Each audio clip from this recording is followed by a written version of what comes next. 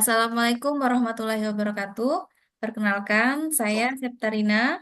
Saya adalah calon guru penggerak Angkatan 11 Kabupaten Misiras Utara.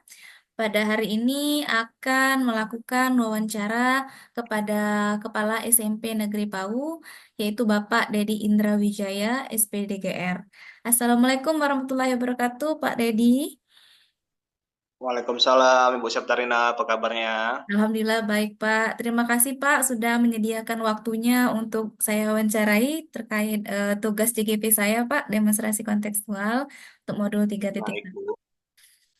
Dalam pertemuan kali ini Pak, izinkan saya untuk memberikan beberapa pertanyaan kepada Bapak terkait pengambilan keputusan Pak. Untuk yang pertama Pak, selama Bapak menjadi kepala sekolah tentunya, bagaimana Bapak dapat mengidentifikasi kasus-kasus yang merupakan itu dilema etika ataupun bujukan moral Pak di sekolah yang Bapak pernah pimpin gitu. Baik, Bu. Menarik sekali dari pertanyaan Ibu mengenai dilema etika dan bujukan moral ini ya, selama mengambil keputusan dalam sekolah seperti itu, Bu ya. Ya Pak. Dalam selama saya menjabat atau Hmm? memimpin sekolah, Ya Pak. terutama di SMP PAU, Hmm? belakangan ini memang pada saat kita menentukan apa namanya keputusan tidak Ya. serta-merta kita langsung mengambil keputusan sendiri, Bu. Baik. Ya, Hmm. Untuk pertanyaan selanjutnya, Pak, nih, bagaimana Bapak menjalankan pengambilan keputusan di sekolah Bapak, khususnya di sekolah kita nih, Pak, di SMPN PAU, terutama dalam ya. kasus-kasus di mana ada dua kepentingan nih, Pak, yang sama-sama benar, Mm-mm. satunya itu mengandung nilai kebajikan, gitu. Sebelum kita mengambil keputusan itu, apakah memang anak itu disengaja Oh, atau iya. memang ada kebutuhan yang memang harus mereka penuhi Ya, seperti itu, Bu? menarik sekali benar, benar, benar ya, Pak. Berarti melihat dulu Pak ya latar belakang penyebab dari Ya, betul. salahnya gitu Pak ya. Baik Pak. Nah Pak, dalam pengambilan keputusan yang seperti itu, langkah-langkah atau prosedur seperti apa yang biasa Bapak lakukan selama ini Pak dalam pengambilan keputusannya? Oh, baik, Bu. Dari kita apa namanya belajar untuk mengambil keputusan ini kan kita Ya, belajar dari modul-modul sebelumnya ya, dari pendidikan guru penggerak itu kan ya, ada pasal 439 gitu kan, Bu. ya. Jadi pengambilan keputusan itu saya setelah pelajarin bahwasannya tidak dapat kita lakukan sepihak atau Betul. dengan dalam waktu yang secepatnya atau singkat-singkatnya. Yang jelas Mm, pasti ada prosesnya seperti itu kan, Bu. ya. Contohnya tadi ada 4 paradigma pengambilan keputusan, Hmm, ada prinsip dari pengambilan iya, keputusan. Nah, yang iya, terakhir ini 9 langkah. Sembilan iya. langkah dari pengambilan keputusan. Untuk yang pertama kali untuk langkah-langkahnya itu coba kita menggali apakah anak tersebut kalau misalnya di posisi kita sebagai eh, kasusnya itu anak seperti itu Ya. kan, apakah anak tersebut yang kasus yang tadi kita bicarakan anak itu memang kebutuhannya tidak masuk itu karena membantu orang tua atau Mm, bolos, itu kan jadi iya, pertimbangan seperti itu kan, iya Bu. benar-benar. Terus juga yang kedua itu dapat menentukan siapa yang terlibat dalam situasi tersebut, Iya. apakah gurunya terlibat, apakah orang tuanya, Mm, seperti itu kan. Terus juga setelah itu kita bisa dapat mengumpulkan fakta-fakta, Bu. Jadi oke. ibaratkan kita sebagai pimpinan minta masukan dari gurunya, Ya. gurunya itu meng-cross check ke rumahnya, menggali Ya. fakta-faktanya, bertanya Mm, kepada orang tua atau neneknya apakah betul anak ibu atau ponakan ibu atau cucu ibu ini membantu di sawah atau ya. apa namanya memanen seperti itu kan. Baik. Setelah itu, Bu, baru kita apa namanya menguji lagi, maksudnya itu finalisasinya Ya. untuk anak itu mengambil keputusannya apakah anak itu tetap kita naikkan atau tetap kita lanjutkan ke kelas Iya. berikutnya ataukah kita sanggah atau masih dalam pengawasan yang lebih lanjut seperti Iya, itu. luar biasa sekali, Pak. Selanjutnya nih, Pak, selam apa saja sih yang selama ini Bapak anggap efektif dalam pengambilan keputusan dari kasus-kasus dilema etika yang Bapak hadapi? Menarik dari dilematika, Bu, dari Ya. apa pengambilan keputusan itu bahwasannya kita di sekolah ini memang ada sedikitnya atau sedikit banyak ada intervensi-intervensi dari orang Iya, tua, benar-benar, Pak. dari perangkat apa namanya pemerintahan setempat Iya. seperti itu kan, Bu. Itu menurut Mm-mm. saya itu merupakan dilema etika. Iya, Apabila anak tersebut memang yang dalam kasus ini kita angkat seperti anak tersebut itu memiliki kedekatan emosional ke pemerintah setempat seperti benar itu sekali. kan, Iya, Pak. otomatis ada intervensi dari pemerintah setempat bahwasannya tolong Pak ini Pak Dedi coba ponakan saya ini tolong dinaikkan. Nah itu Iya, sebagai kepala sekolah kan merupakan suatu dilema, benar dilema. sekali. Iya, Dalam dilemanya satu di sana, Pak ya. sisi Mm-mm. dalam satu sisi kita sebagai pimpinan harus mengambil keputusan. Di Iya. sisi lain ada masukan atau intervensi dari pihak-pihak lain yang memang dalam kaitannya di apa namanya pembelajaran Mm-mm. pengambilan keputusan ini tidak tidak apa namanya tidak sinkron dengan apa Iya. yang kita pelajari selama ini di apa namanya pengambilan keputusan ini. Yang efektif bagi saya adalah otomatis saya tidak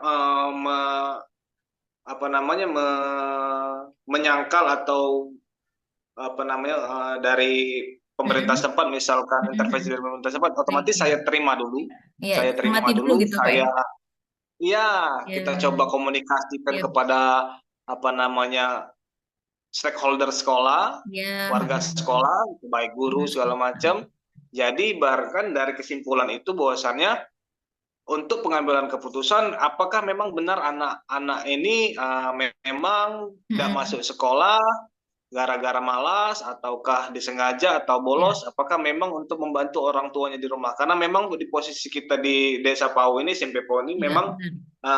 rata-rata orang tua dari siswa kita itu adalah sebagai petani seperti Iya, itu kan Bu. benar sekali, Pak. Pekebun, petani juga gitu, Pak ya. Mm-mm.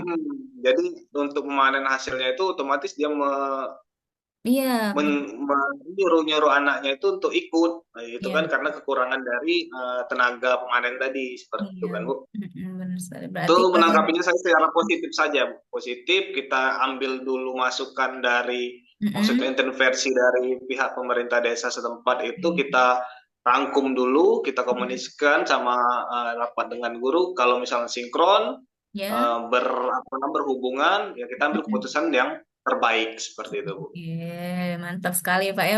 Baik Pak, untuk pertanyaan selanjutnya nih Pak.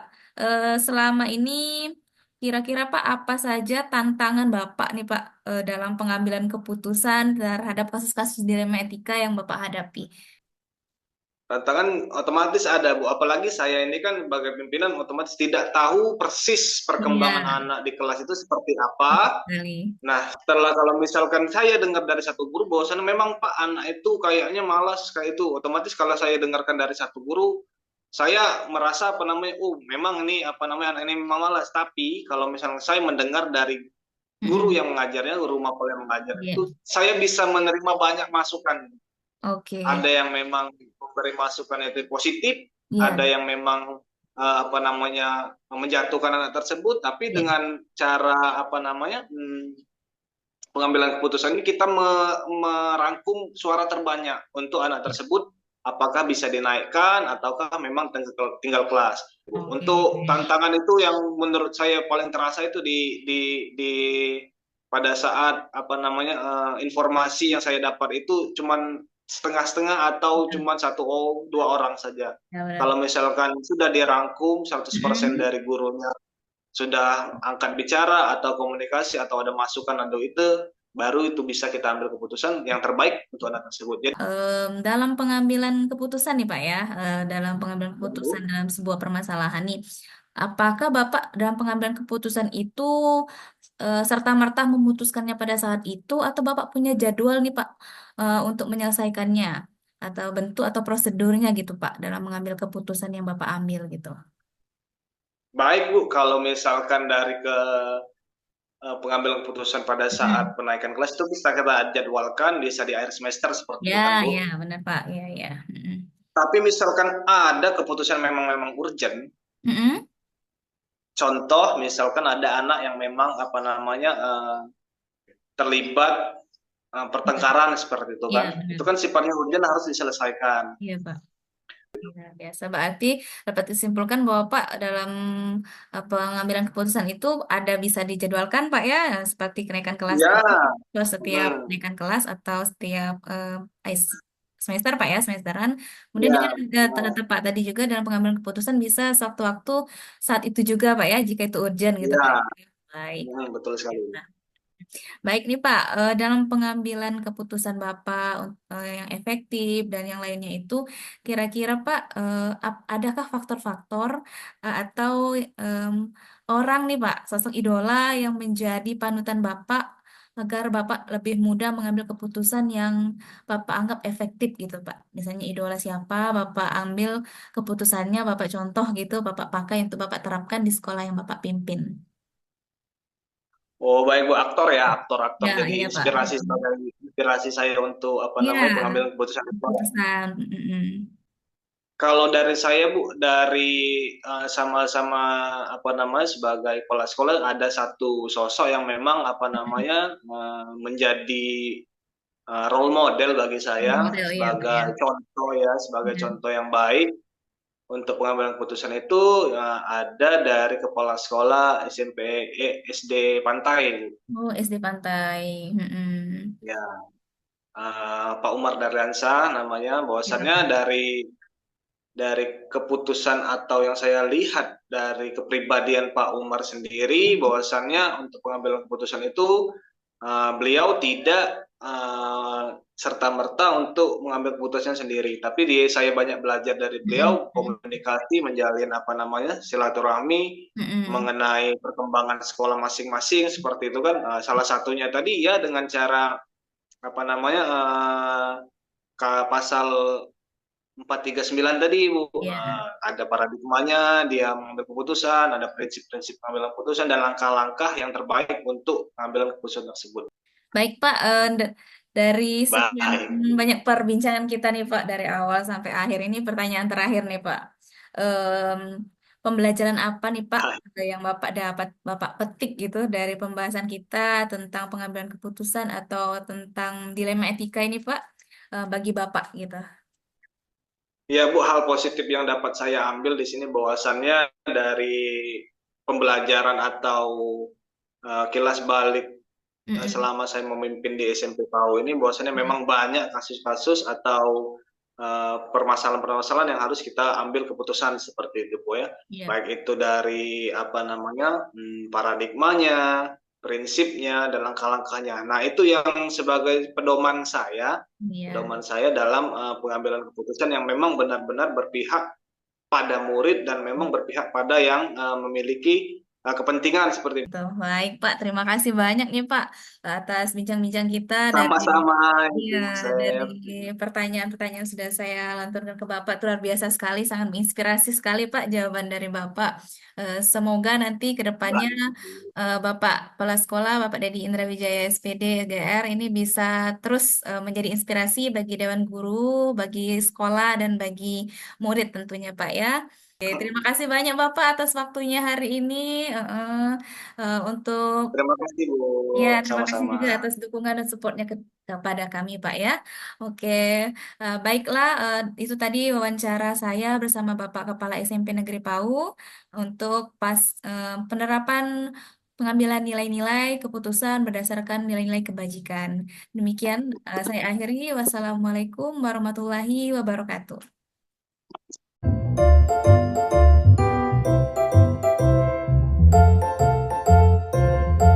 Assalamualaikum warahmatullahi wabarakatuh.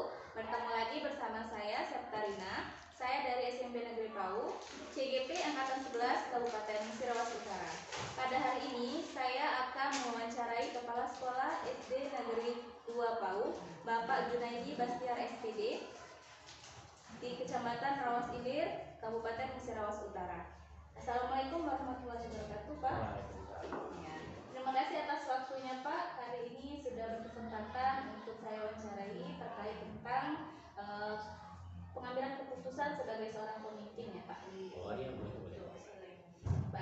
Untuk hari ini Pak ada beberapa pertanyaan yang akan saya sampaikan kepada Bapak terkait bagaimana Bapak menjadi seorang pemimpin di sekolah Bapak dan harus mengambil keputusan yang sesuai dengan nilai-nilai kebajikan. Nah, adapun pertanyaan yang pertama Pak yang akan saya tanyakan sama Bapak, em, ketika Bapak dihadapkan dengan permasalahan antara dilema etika atau kebutuhan moral, bagaimana cara Bapak mengidentifikasi masalah tersebut termasuk dilema etika atau kebutuhan moral? Ya baik Bu, kami mencoba sedikit menjelaskan dengan permasalahan yang Ibu berikan. Biasanya kami dalam menyikapi permasalahan itu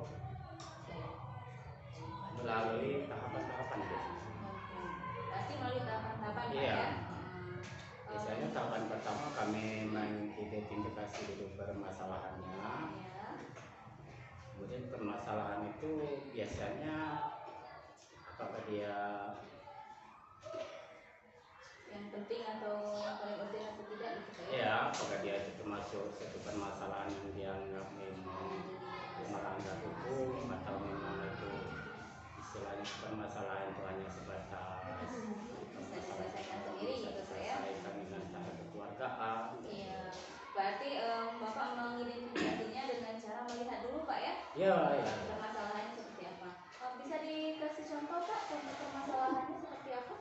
Seperti permasalahan yang sering pernah kami alami. Iya, karena Bapak di sekolah Pak ya. Sering terjadi di sekolah itu ada satu anak biasanya kelihatannya itu memang luar biasa Bu, masuk dia kategori nakal gitu Oh, kan. nakal ya. Kalau kita istilahnya di sekolah itu sering menyebutnya nakal gitu Iya, kan. iya, iya. Tapi anak ini ada Kelebihan. Iya. anak ini ada kelebihan, anak ini cerdas gitu. Nah dari situ kami menganalisa dulu. Iya. Ya. Berarti misalnya kalau Bapak mendapatkan ada siswa Bapak nih yang kategorinya nakal gitu Iya, ya, iya. tetapi anak ini termasuk cerdas Pak ya. Cerdas. Nah disitulah yang menjadi permasalahan kami yang harus kami analisa. Mengapa anak ini istilahnya masuk kategori nakal? Berarti Bapak mencari kepala sekolah ini mencari identifikasi dulu. Iya. Kenapa atau mencari dulu latar belakangnya penyebab anak tadi nakal ya. Baik Pak, berarti kasusnya misalnya tadi Pak ya anak nakal dan tapi dia cerdas. Cerdas. Lalu Pak, bagaimana Bapak menjalankan pengambilan keputusan kalau Bapak terutama untuk kasus-kasus di mana ada kepentingan yang sama-sama benar atau sama-sama mengandung kebajikan? Nah, dalam menyikapi permasalahan ini biasanya kita terlebih dahulu kita tinjau ulang dulu atau kita tengok dulu permasalahannya, apakah permasalahannya itu mana yang harus diselesaikan terlebih dahulu.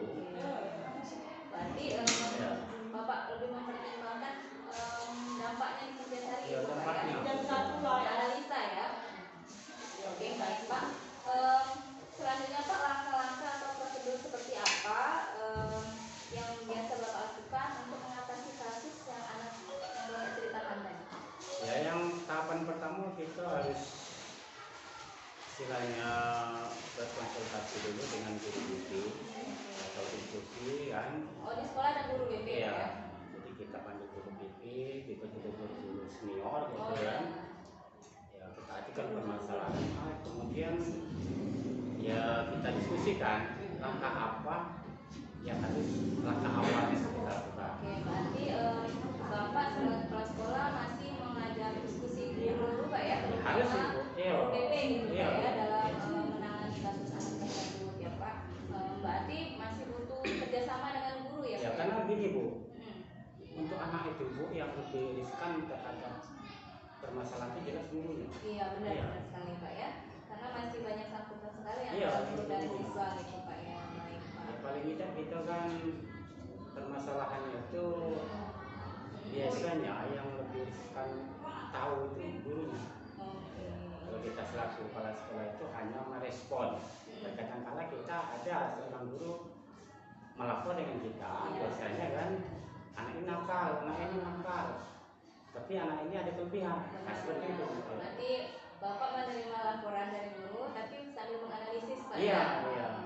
Karena itu kita ya mau tidak mau kita libatkan. Iya. Pertama guru BP, Guru BP, guru senior lah. Oke, guru kelasnya juga gitu. Ayo, terutama ya guru kelas. Oke Pak, selanjutnya dalam kasus-kasus tersebut kira-kira langkah apa yang Bapak ambil agar keputusan Bapak tadi bisa menjadi keputusan yang Bapak anggap yang terbaik gitu. Langkah-langkahnya. Untuk langkah awalnya kita memilah dulu permasalahannya. Oke, memilah dan mencermati Ya, ya. kita cermati permasalahannya, apakah permasalahan itu memang fatal atau permasalahannya itu ya bisa kita atasi. Oke, benar. Berarti menurut Bapak permasalahannya dilihat dulu Pak ya, apakah bisa terbilang fatal atau tidaknya. Ya paling tidak kita lihat itu kalau misalnya memang fatal, ya tidak salahnya kita melibatkan wali. Iya, benar sekali Pak ya. Iya. Berarti masih sangat bekerja sama dengan wali itu sangat Ya dibutuhkan sangat Pak ya. dibutuhkan. Iya. Ya paling tidak kita kan walinya paling tidak tahu dengan apa yang kejadian di sekolah Dengan anaknya Pak dengan ya. anaknya. Ya. Berarti bagus sekali nih kepala sekolahnya menjaga komunikasi yang baik ya Pak ya Iya, dengan seperti wali itu. murid ya Bu ya.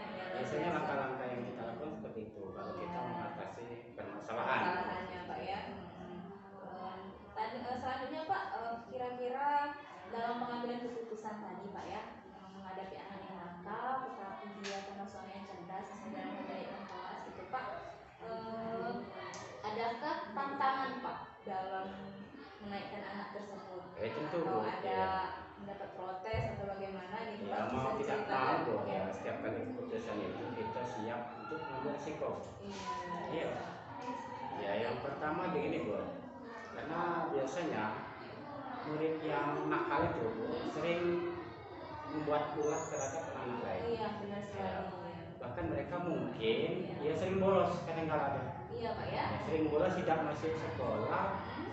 Ya terus mereka itu pas begitu kenaikan kelas malah mereka itu nilainya bagus. Nah itu Pak ya, jadi dilemanya di sana Pak ya. Ketika dia tidak ada di sekolah, dia sering tidak masuk, tapi ketika ujian dia nilainya bagus. Ya kita selaku guru khususnya ya, kami setiap kali untuk kenaikan kelas itu mempunyai rapat, istilahnya rapat kenaikan kelas. Oh iya, rapat kenaikan kelas ya Pak ya. Berarti Bapak sudah siap untuk bertanggung jawab dalam keputusannya ya Pak ya? Insya Allah Bu ya. Karena posisinya keputusan kita itu sudah kita diskusikan, kita sudah kita rapat, ambil mufakat. Ya mau tidak mau, semua risiko apapun untuk keputusan ya sudah kita pikirkan matang-matang.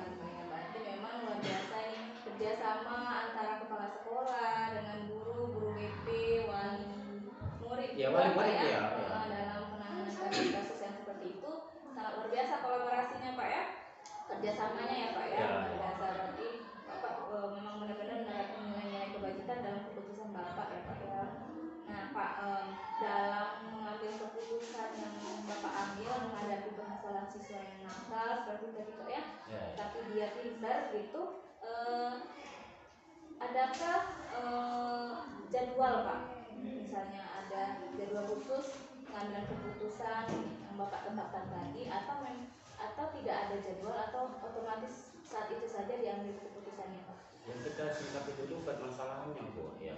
Kalaupun dari bentuknya permasalahannya itu yang tidak melanggar hukum, ya insya Allah bisa kita selesaikan ya, dengan melibatkan dewan guru kan.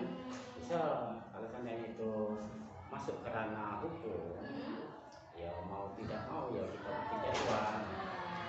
Jadwalnya itu seperti apa Pak? Apakah setiap minggu, setiap bulan, atau setiap rapat wali atau kenaikan kelas Pak? Ya biasanya kami itu untuk jadwal di sekolah, kami itu mengadakan jadwal pertemuan itu minimal 2 bulan sekali. 2 bulan sekali. Ya, jadi menjelang sebelum istilah memasuki ulangan gitu kan, itu pertengahan semester istilahnya itu kan. Jadi kita sudah mempersiapkan istilahnya rapat dewan guru. Berarti dalam rapat itu semua permasalahan dengan siswa tadi dibicarakan Pak ya? Ya. Tahapan pertama kita membicarakan masalah siswa. Ya. Termasuklah siswa yang bermasalah tadi Pak ya? Termasuk masalah, karena kadang-kala guru-guru itu ada yang menyimpan permasalahan. Iya, berarti di sana ruangnya berarti jadwalnya bisa 2 bulan sekali Pak ya, Bisa, dan bisa ya. juga setiap 6 bulan sekali ya Pak ya, kalau 6 bulan sekali setiap menjelang menjelang semesteran. semester Pak ya. Iya. Oke Pak, selanjutnya nih Pak, dalam Bapak mengambil sebuah keputusan dalam setiap permasalahan di sekolah Bapak nih Pak ya, Iya, iya. adakah satu sosok idola atau satu sosok tokoh atau satu sosok yang memberi Bapak inspirasi gitu Pak? Ya, kita juga punya sahabat kentang gitu ya. Oh, sahabat nih Iya. ya. Namanya Pak Yani. Gitu Oke, ya. Pak Yani Pak ya. Yani masih anggota KKS kita. Ya, kami sering berkonsultasi bila ada permasalahan-permasalahan yang terjadi di sekolah. Ya paling tidak kita sharing gitu kan. Ya. Ya, kita kemukakan permasalahan yang ada di kita, kemudian mereka ya memberikan sedikit ya masukan. Iya. Gitu kan. Oke, baik Pak. Kita sampai di pertanyaan terakhir nih Pak. Dari perbincangan kita dari awal sampai terakhir di sini, kira-kira pembelajaran apa ya Pak yang Bapak dapatkan dari pembicaraan kita ini tentang pengambilan keputusan Bapak dihadapkan dalam permasalahan atau dilema etika ini Pak?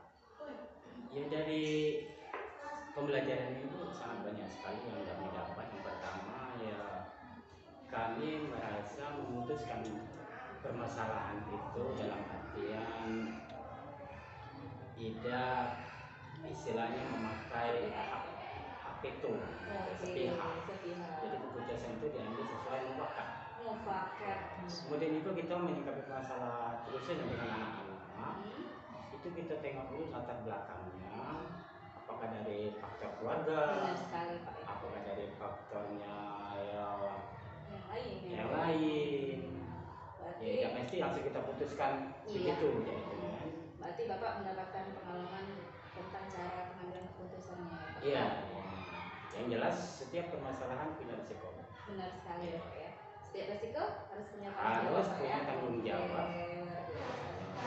Oke, luar biasa perbincangan dengan Bapak Junaidi Bastiar ini, luar biasa sekali. Terima kasih Pak Junaidi Bastiar atas waktunya untuk hari ini. Terima kasih atas kesempatannya sudah mau diwawancarai tentang pengambilan keputusan dengan nilai-nilai kebaikan. Sampai ketemu di lain waktu ya Pak ya. Terima kasih sekali Pak. Baiklah, itu tadi hasil wawancara saya tentang pengambilan keputusan sesuai dengan nilai-nilai kebajikan bersama Kepala SD Negeri 2 Pau, Kecamatan Rawas Ilir, Kabupaten Musirawas Utara. Demikian perbincangan kami. Saya akhiri. Wassalamualaikum